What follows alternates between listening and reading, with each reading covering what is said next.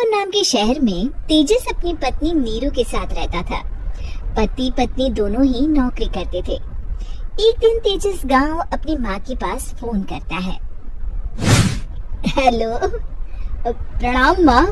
जीते रहो माँ, तुम दादी बनने वाली हो। अरे वाह, ठीक है बेटा, मैं कल ही आती हूँ। जब माँ जी शहर पहुंची तो बेटे बहू ने बहुत अच्छे से स्वागत किया। लीजिए माँ जी चाय। अरे गर्मा गर्म पकोड़े ले आओ माँ के लिए। नीरू रसोई में गई और 2 मिनट में ही पकोड़े ले आई। जी ये लीजिए। बहू जादू से बनाए हैं क्या? अभी तो रसोई में गई थी। यम्मी।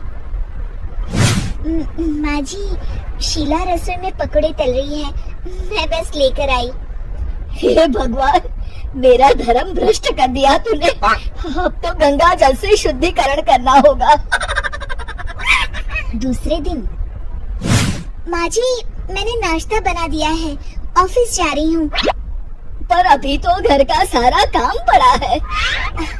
शीला आती ही होगी, झाड़ू पोछा बर्तन कपड़े वो सब कर लेगी। हमारे जमाने में घर का सारा काम हम ही करते थे। जी माँ जी, आप बहुत होशियार हैं, मैं घर ऑफिस दोनों नहीं संभाल पाती। तो जरूरत क्या है घर से बाहर जाकर चाकरी करने की? वैसे भी घर का काम खुद करने से घर में बरकत आती है, समझी? पर माँ जी। पर वर कुछ नहीं, इस महीने की पगार मिले फिर ऑफिस बंद है। हाँ। रात को नीरू तेजस से कहती है, सुनिए जी, माँ जी बोल रही थी कि मैं नौकरी छोड़ दूं।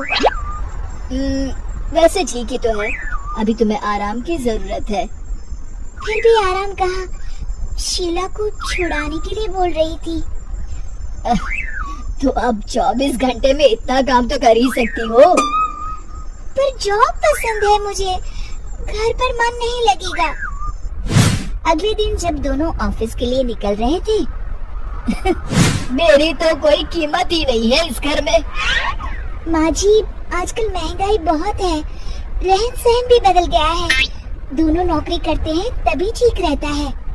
अच्छा, तू कहना क्या चाहती है? मेरा बेटा तुझे बिठा के खिला नहीं सकता? तू ही इस घर का खर्च चला रही है, हैं? नहीं माँ जी, मेरा वो मतलब नहीं था।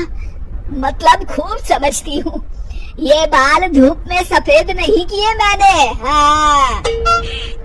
अब तो ये रोज का काम हो गया था। तेजस भी रोज की झिकझिक से परेशान हो गया था। एक दिन उसने कहा, नीरू, वैसे भी तुम्हें मैटरनिटी लीव मिलने वाली है, तो अभी से ही छुट्टी ले लो। पर क्या, मेरी सैलरी अच्छी खासी है। आखिर नीरू ने रिजाइन कर दिया। जब बच्चा हुआ तो घर में सब बहुत खुश हुए। कुछ दिनों बाद तेजस फाइल देख रहा था। क्या हुआ तेजस, कुछ परेशान लग रहे हो?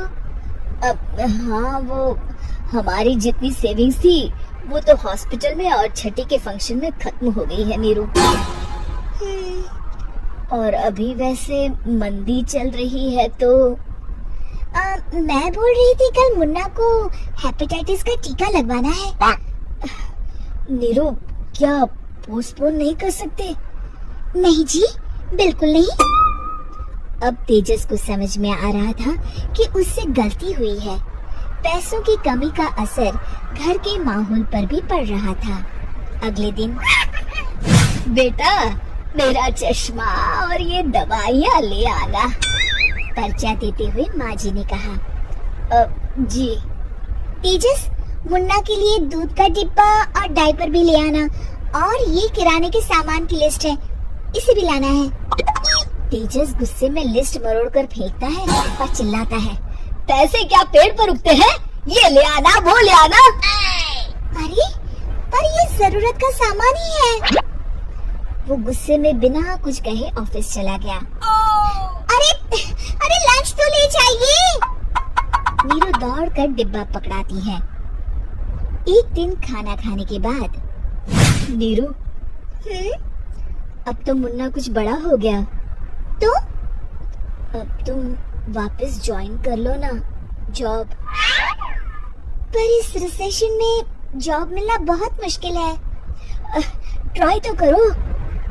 फिर मुन्ना, माँ जी है ना, और एक फुल टाइम मेड भी लगा लेंगे। पर माँ जी, उन्हें तो पसंद नहीं। तभी माँ जी वहाँ आ जाती है और प्यार से नीरू के सर पर हाथ फेरते हुए बोलती है, अब मेरी समझ में आ गया बहू, पहले के और अब के समय में अंतर है। तुम काम शुरू करो, मुन्ना की जिम्मेदारी मेरी। मेरी प्यारी माँ जी। ये कहकर नीरू उनकी गले लग गई। शिक्षा, परिवर्तन संसार का नियम है, हमें भी समय के साथ चलना चाहिए। उम्मीद है कि आपको हमारी ये कहानी पसंद आई होगी। कृपया हमारे चैनल को सब्सक्राइब करें और सभी अपडेट्स के लिए बेल आइकन जरूर क्लिक करें। और हाँ, वीडियो लाइक और शेयर करना मत भूलिएगा। Bye bye.